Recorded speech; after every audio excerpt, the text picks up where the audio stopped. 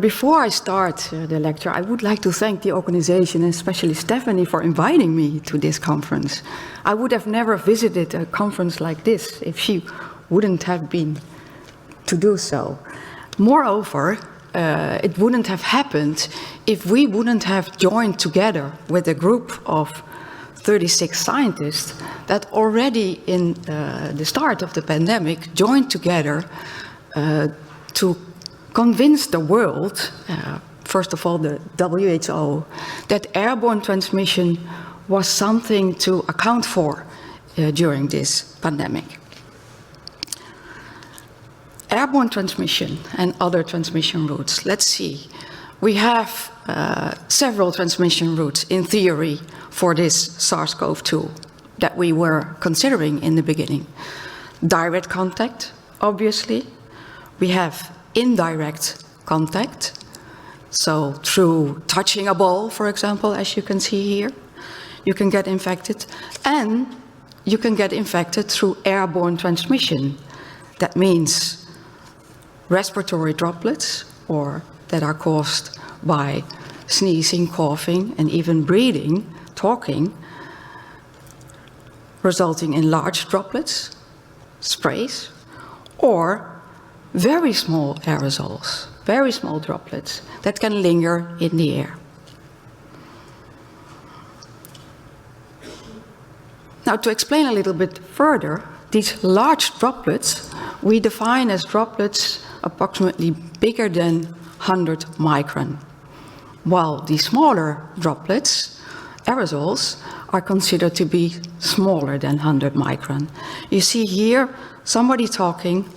The blue particles in this figure are the so-called large droplets that drop down within 1 to 2 meters after they have been exhaled out of the mouth.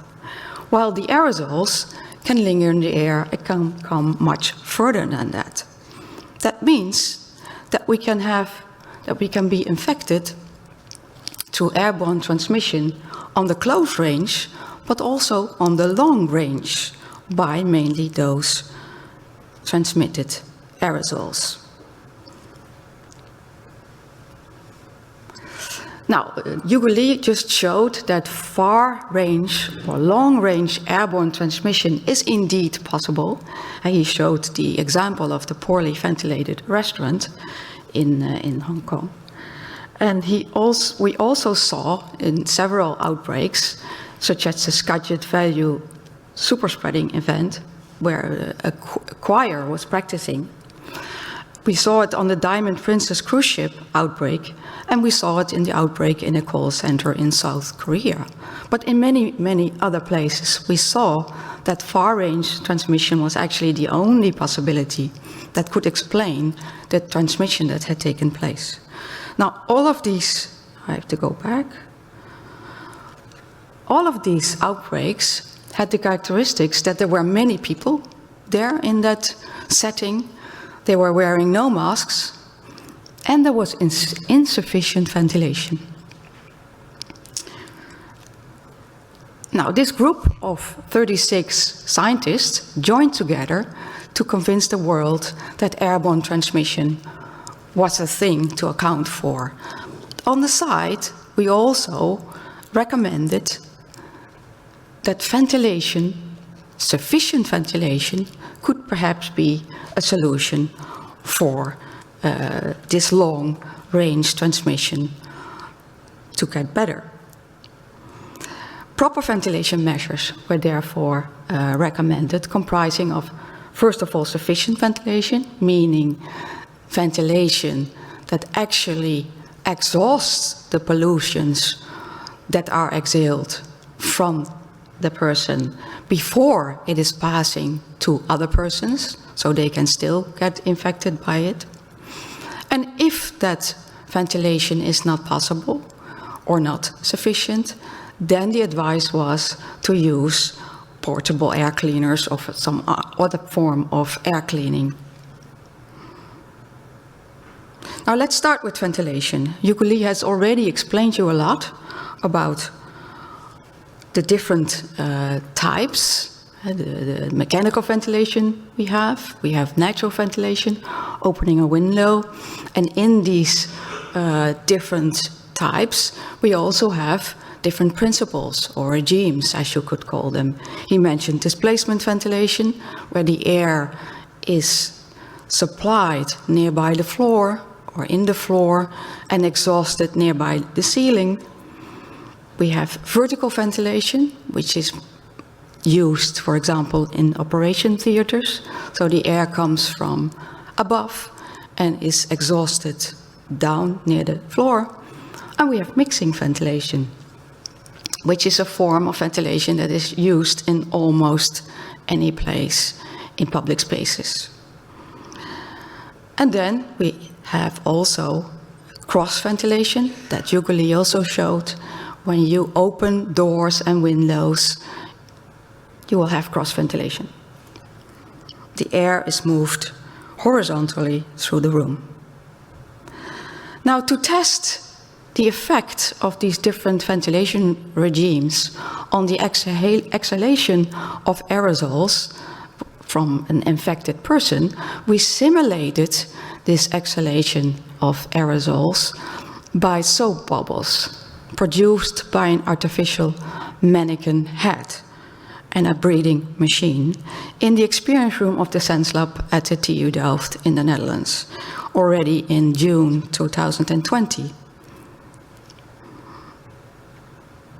Here you shortly see this setup of the experiment with a soap bubble meter and an artificial ventilator.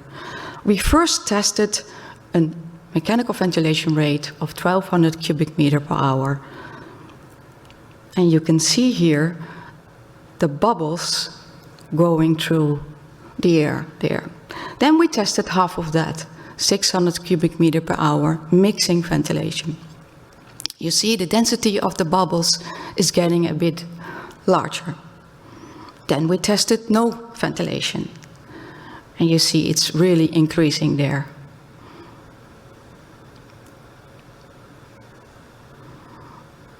Windows open, natural ventilation. So on one side we opened the windows.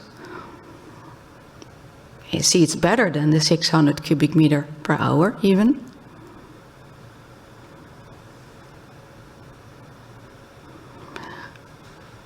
Only the door open, so the internal ventilation, which didn't really help that much, and which is caused by that there is no temperature difference. And we did finally the windows and the doors open. Now, as a last test, we started with no ventilation.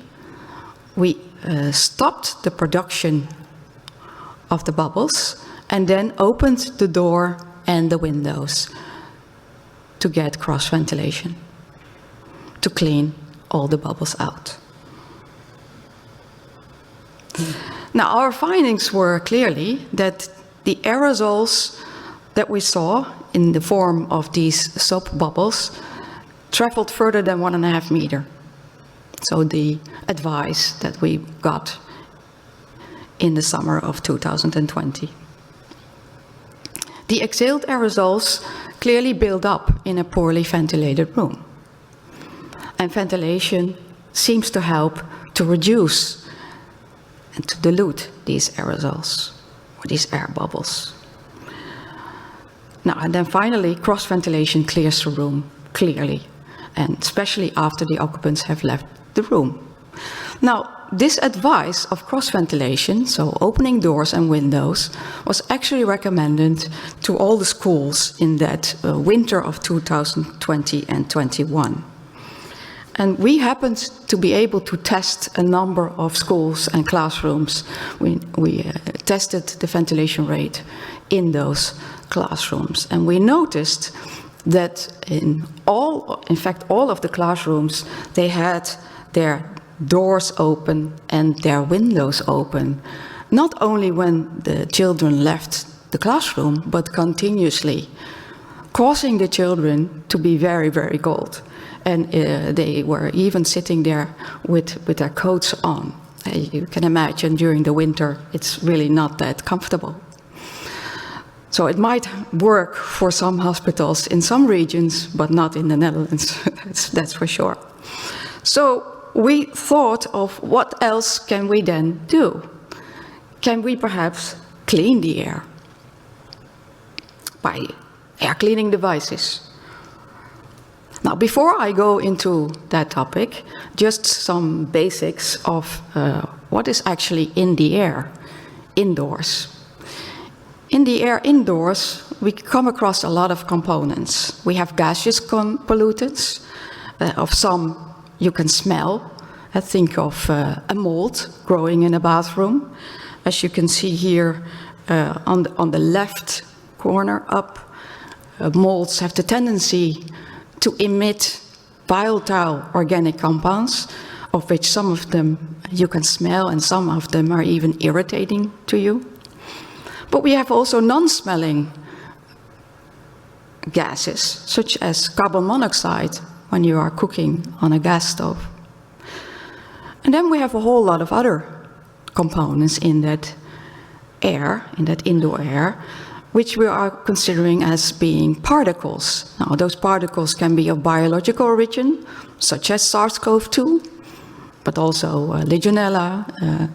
Our house dust mite can create also gaseous pollutants and particles. And even building materials can create particles. An example of that is shown here on the right corner of asbest fibers, which are clearly also not very healthy to breathe in. Now, all these particles and gases can be encountered indoors. Building materials, furniture materials can emit those as secondary emissions, but also as primary emissions. I think of a new carpet, you can even smell that. Now, for all those pollutants, we would like to clean the air. In mechanical ventilation systems, we bring in outdoor air indoors, but also the outdoor air needs to be cleaned before we can consider that as being fresh. Outdoor air comprises of a lot of particles. And in most of the mechanical ventilation systems nowadays, there are two types of filters in there. The coarse filter that takes out the bigger particles, a bag filter that takes out the more fine particles. Now, in ventilation systems of hospitals, you will also see a HEPA filter system included, especially because in operational theaters, for example, the air is reused. So the air is recirculated and is cleaned through a HEPA filter system before it is introduced again into the operational theater. Now, these HEPA filter systems, together with actually the UVC systems that are also used in these kind of mechanical ventilation systems, have been, since the start of the pandemic, also been on the market as mobile systems. So, in the last lecture of today, you will hear more about this UVC kind of systems. Together with systems that are focused on ionization of particles and systems that even include means to filter out gases, volatile organic compounds with so-called active carbon, they have been on the market since then. Now, to test whether a so-called mobile HEPA filter system can be used in, for example, a densely occupied space, such as a classroom, we tested this mobile HEPA filter system in our Sense Lab again, in the experience room, with the same way as I showed you in the video, with these soap bubbles created by an artificial breathing system and through a mannequin head. We tested this mobile HEPA filter system on 2 locations in the experience room, behind the subject, so also behind the so-called infectious subject, and the subject that is sitting in front of that, and before the subject. Now, instead of showing you the movie, I show you here the outcome of these measurements of these soap bubbles for these different positions. This HEPA filter system was set at different settings, so at 1200 cubic meter per hour, just like before in the mixing situation of the experience room, at 800 cubic meter per hour and at 600 cubic meter per hour. Now, and you can see clearly a difference between the amount as well as the precision of this HEPA filter system. Now, additionally, we tested also the sound level and the air velocity at different locations in the experience room when the HEPA filter system was on. And we did that without creating the soap bubbles, but with a panel of 6 subjects, each sitting on a desk, as you can see here, numbered 1, 2, 3, 4, 5, 6. That were the places that they were sitting. And they evaluated the noise and the draft they experienced from the different settings of this mobile HEPA filter system. So what came out? What came out is that depending on the precision and the setting of this HEPA system, it is a good additional measure, especially in classrooms where you only have the possibility to open a window. But there are some down points. You really need to consider the precision and the setting. You might even need 2 of these big systems in a normal classroom, as I just showed you. And this system can really result in unacceptable noise levels and draft effects, which is not really wanted, especially when you are trying to concentrate. What we know about noise effects are that not only very high noise levels can lead to effects such as hearing loss, but also moderate noise levels, sound levels, can create effects that we consider as annoyance. And those can be created both that you are aware of, but also that you are not aware of. This is called the anti-stress mechanism. It's triggered. So under the influence of external stressors, like noise, but also too warm, too cold, or smells, the hypothalamus in the brain triggers the adrenal glands to produce adrenaline as a response to this stressor, which is quite normal. As a countermeasure, noradrenaline is produced, and when this stressor is only shortly introduced, everything goes back to normal after due time. But when this stressor takes longer and becomes even chronic, think of a mechanical ventilation system that is continuously producing this background noise. For example, in the hotel I'm staying here, this creates a continuous production of hormones. And it's no longer adrenaline and noradrenaline, but it's other hormones, anti-stress hormones, of which one of them is cortisol. Now, you probably know, most of you have a medical background, that being exposed to continuous stress, whether it is physical or mentally, can have consequences for your health.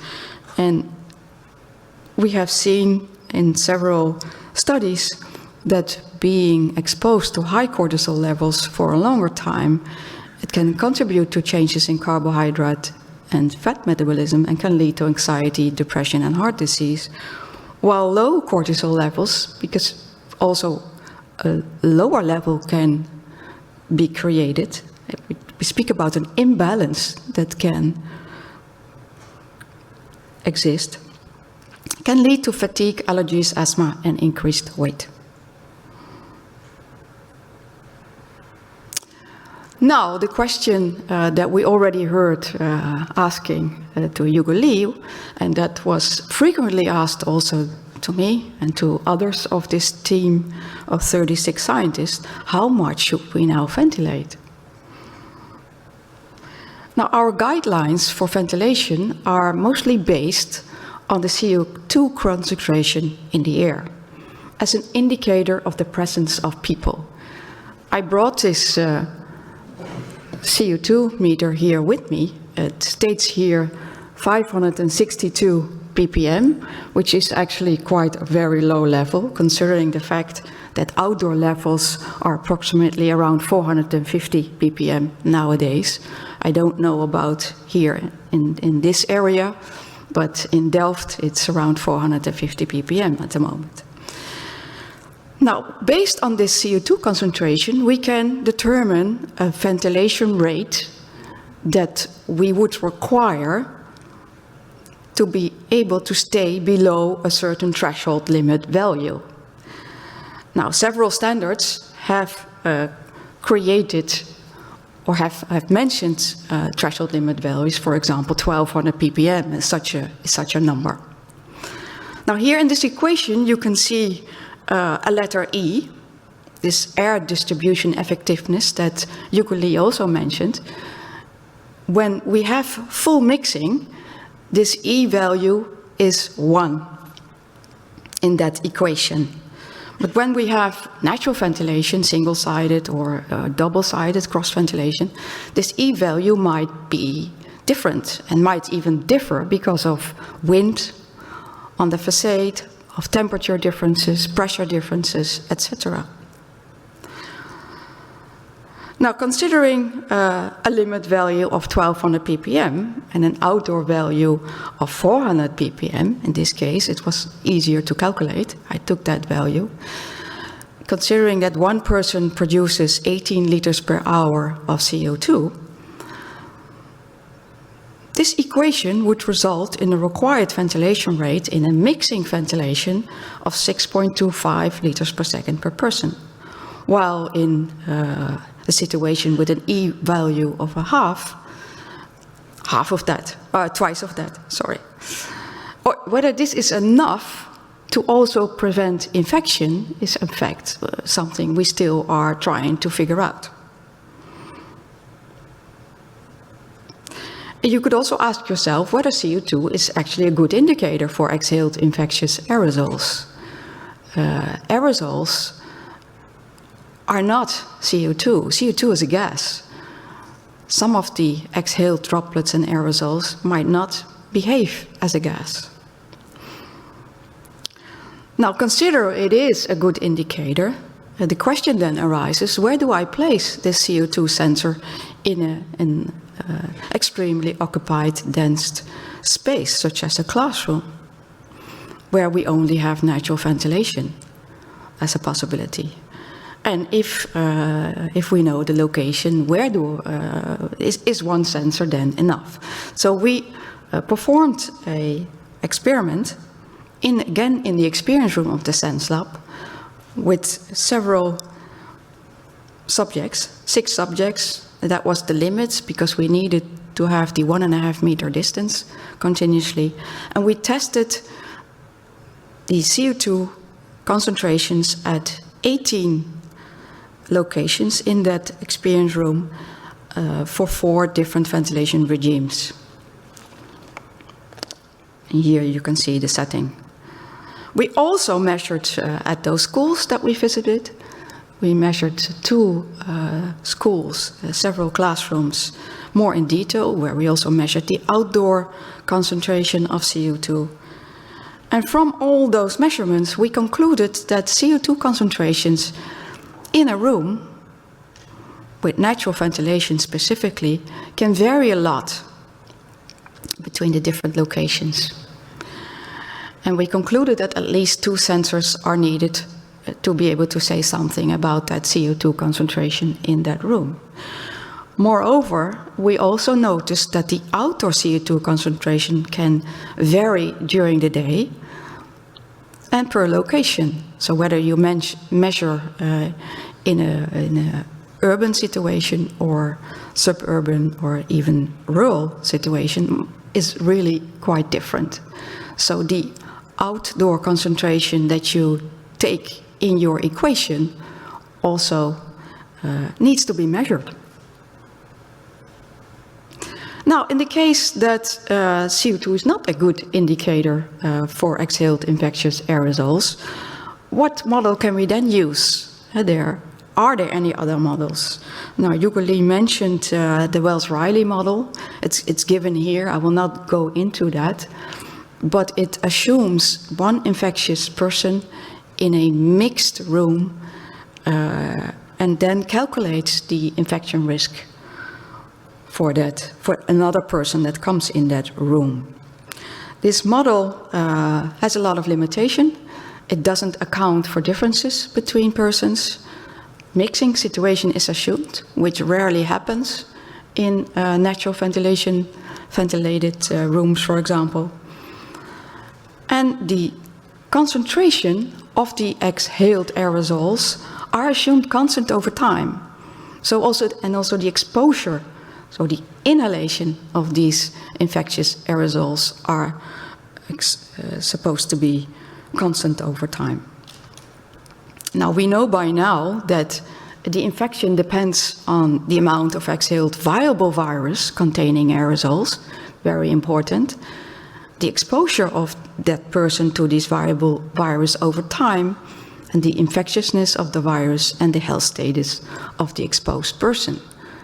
So to determine the infection risk only based on the criteria that the Wells-Riley model used is probably not enough. We do know that ventilation helps to at least reduce the infection risk at long range. We also know that it is better to immediately exhaust the exhaled infectious aerosols right nearby the face. And then we could talk about personal ventilation. Now, the current personal ventilation systems are merely focused on supplying clean air to the face, not on exhausting that polluted air. So we still have work to do to also deal with these situations.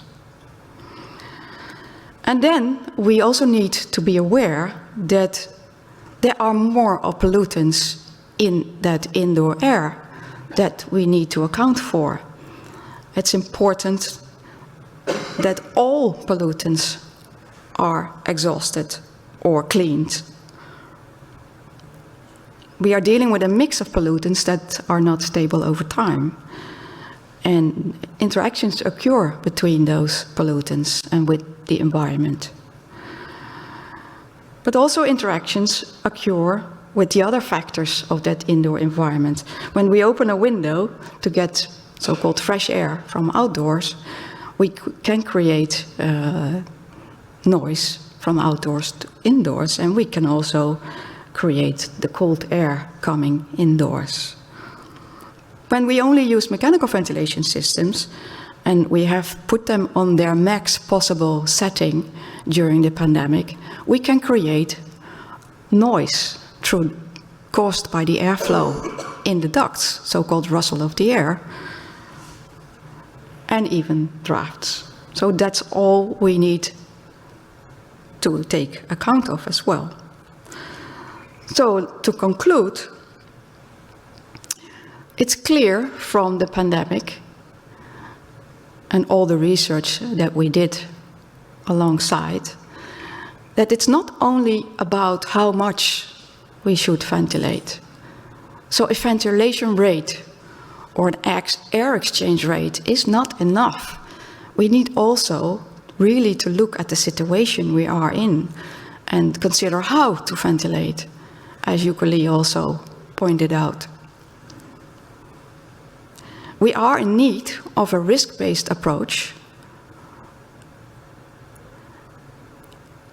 in collaboration with studies that consider climate change challenges. We cannot increase ventilation rate as much as we can. We also need to think about the energy that it uses. So we need to rethink our ventilation and cleaning of the air. Thank you very much for listening.